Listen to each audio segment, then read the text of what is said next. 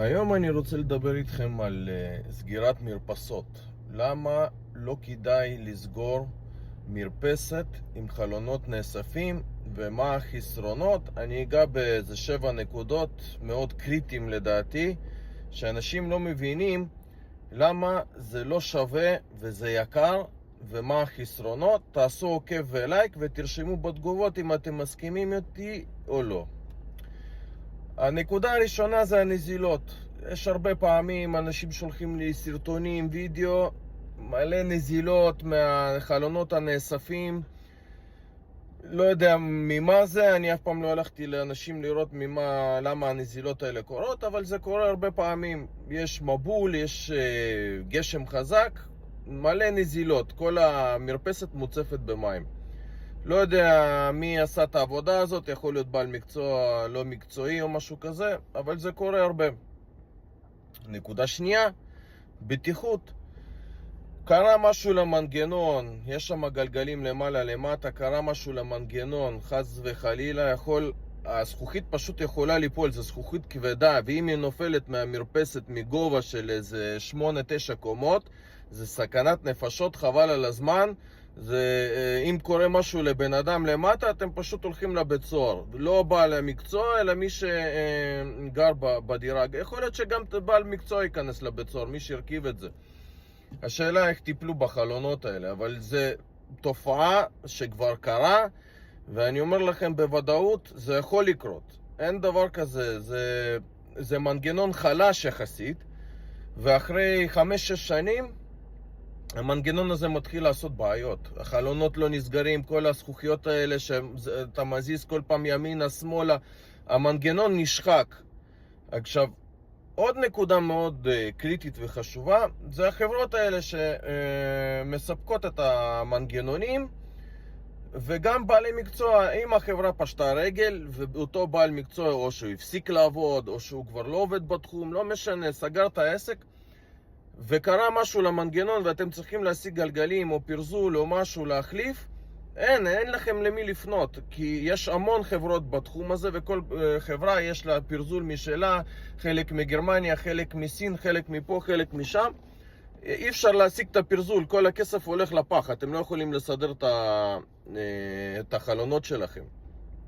פנו אליי הרבה פעמים, תבוא, תתקן, תעשה. אני גם לא מתעסק בחלונות האלה, דבר ראשון, ודבר שני, אין מאיפה להביא את הפרזול, כי חברה פשטה רגל, אין מה לעשות. עוד תופעה, עוד נקודה מאוד חשובה, שזה לדעתי גם אחד הדברים שיכולים לעצבן את הבן אדם חבל על הזמן, זה הגומיות שבין הזכוכיות. אם הגומיות האלה, וזה קורה, וזה לא שזה קורה, זה אחרי 3 שנים כבר הם נהיו צהובות. כאילו אי אפשר רק להחליף אותם. עכשיו, להחליף את הגומיות האלה זה הרבה כסף. צריך לקרוא לבעל המקצוע, הוא צריך לחתוך אותם במידה, לפרק, להרכיב, וכל 3 שנים להחליף את הגומיות האלה זה פשוט לא שווה. עכשיו, עוד דבר, המחיר של עבודה של הזכוכיות נאספות הוא הרבה יותר יקר מחלונות דגם 7,000, שזה מה שאני עושה בדרך כלל ללקוחות. לוקחים היום בסביבות 1,600-1,900 שקל למטר מרובע.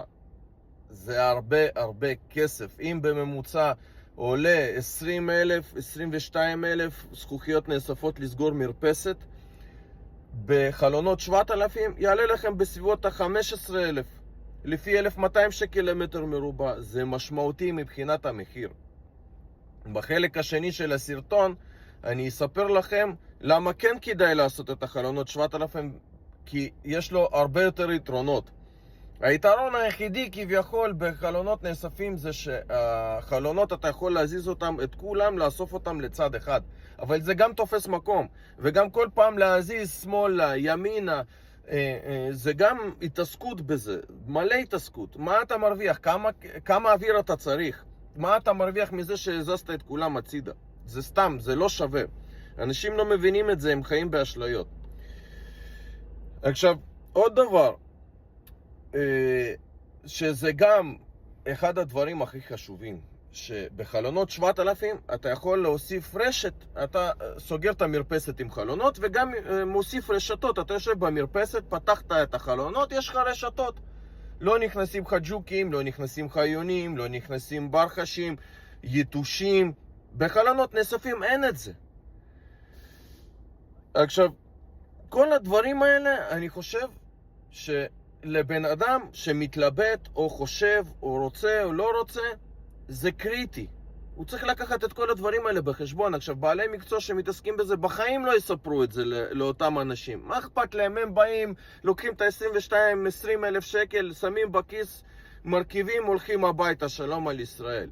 אני אספר לכם את כל האמת. תעקבו אחריי, תעשו לייק, שייר ותרשמו בתגובות אם אתם מסכימים או לא. בחלק השני אני אספר לכם על היתרונות.